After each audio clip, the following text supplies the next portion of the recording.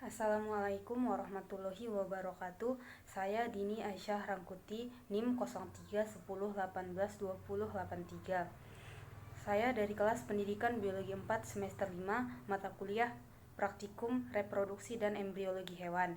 Nah, di sini saya akan menjelaskan laporan saya yang berjudul Pengamatan Struktur Histologi Testis dan Ovarium pada mus musculus. Tujuan dari praktikum ini yaitu untuk mengetahui struktur histologi testis dan ovarium pada mus musculus.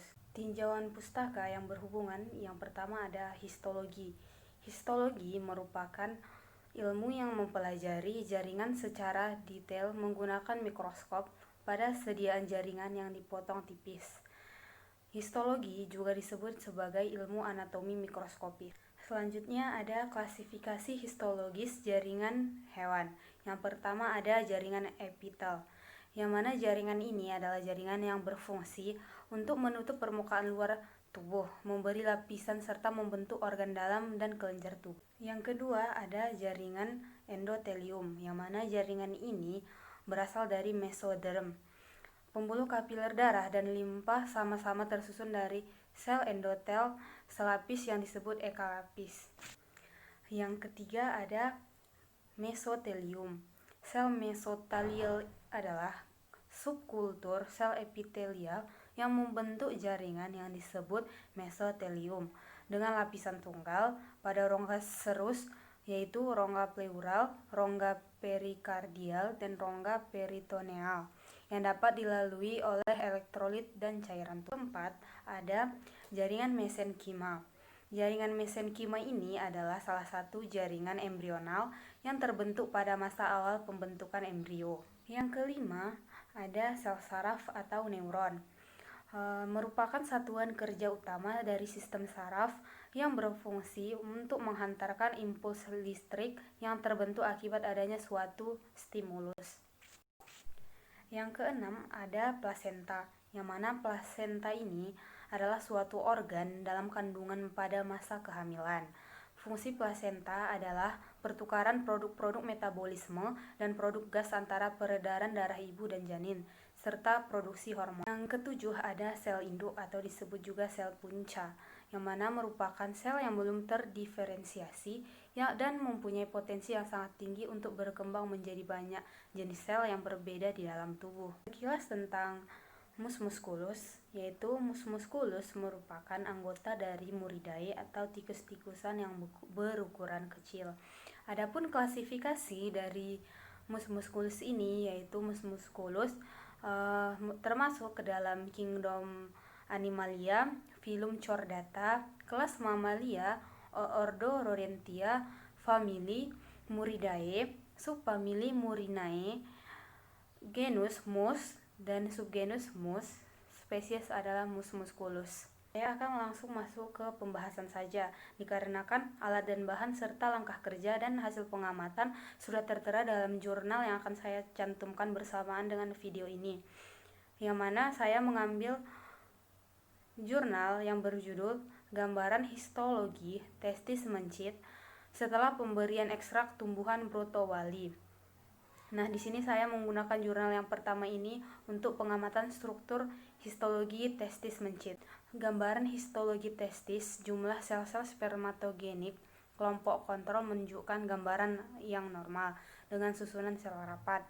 Perkembangan sel-sel spermatogenik mulai dari membran basalis ke arah lumen, yaitu spermatogonium, spermatosit, dan spermatid.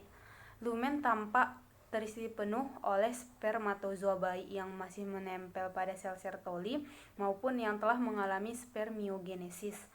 Sedangkan kelompok yang diberikan ekstrak tumbuhan brotowali menunjukkan bahwa terjadi penurunan jumlah sel-sel spermatogenik. Tampak sel spermatogenik jelas berderet di membran basalis, namun dengan susunan antar sel yang tampak renggang dengan ketebalan yang lebih kecil dibandingkan kelompok kontrol.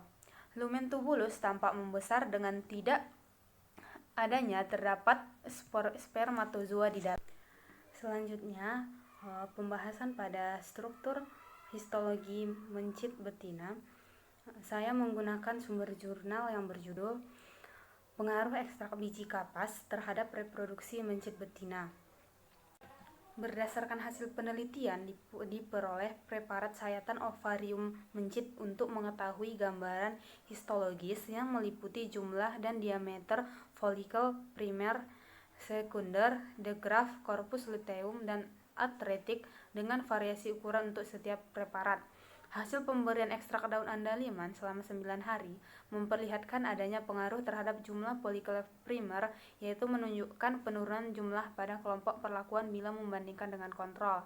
Tetapi pada masing-masing kelompok menunjukkan penurunan jumlah yang berfluktuasi seiring dengan pertambahan konsentrasi perlakuan. Selanjutnya, dijelaskan bahwa kondisi fisiologis dan hormonal tersebut sangat dipengaruhi oleh faktor lingkungan, seperti cahaya, suhu, kualitas makanan, berpengaruh terhadap kondisi mencit secara keseluruhan. Folikel the graph mencit yang didapatkan memperlihatkan adanya pengaruh terhadap jumlah folikel the graph, yaitu cenderung menunjukkan penurunan jumlah pada seluruh kelompok perlakuan bila membandingkan dengan kontrol. Juga memperlihatkan adanya pengaruh terhadap jumlah folikel atretik mencit, yaitu menunjukkan penurunan bila membandingkan dengan kontrol. Kesimpulan dari penelitian ini yaitu struktur histologi testis mus musculus. Berdasarkan hasil penelitian menunjukkan bahwa pada penampang melintang testis nampak jelas terjadi penurunan jumlah sel-sel spermatogenik dalam tiap penampang tubulus seminiferus mencit. Pada semua perlakuan yang diberikan ekstrak tumbuhan brotowali seiring dengan meningkatnya dosis yang diberikan. Kesimpulan struktur histologi ovarium mus musculus dari hasil penelitian, pemberian ekstrak daun andaliman berpengaruh terhadap gambaran histologis ovarium mencit betina karena mempengaruhi oogenesis dan ovulasi, tetapi berfluktuatif. Kemungkinan disebabkan karena masih berupa ekstrak kasar yang belum melakukan isolasi kandungan kimia.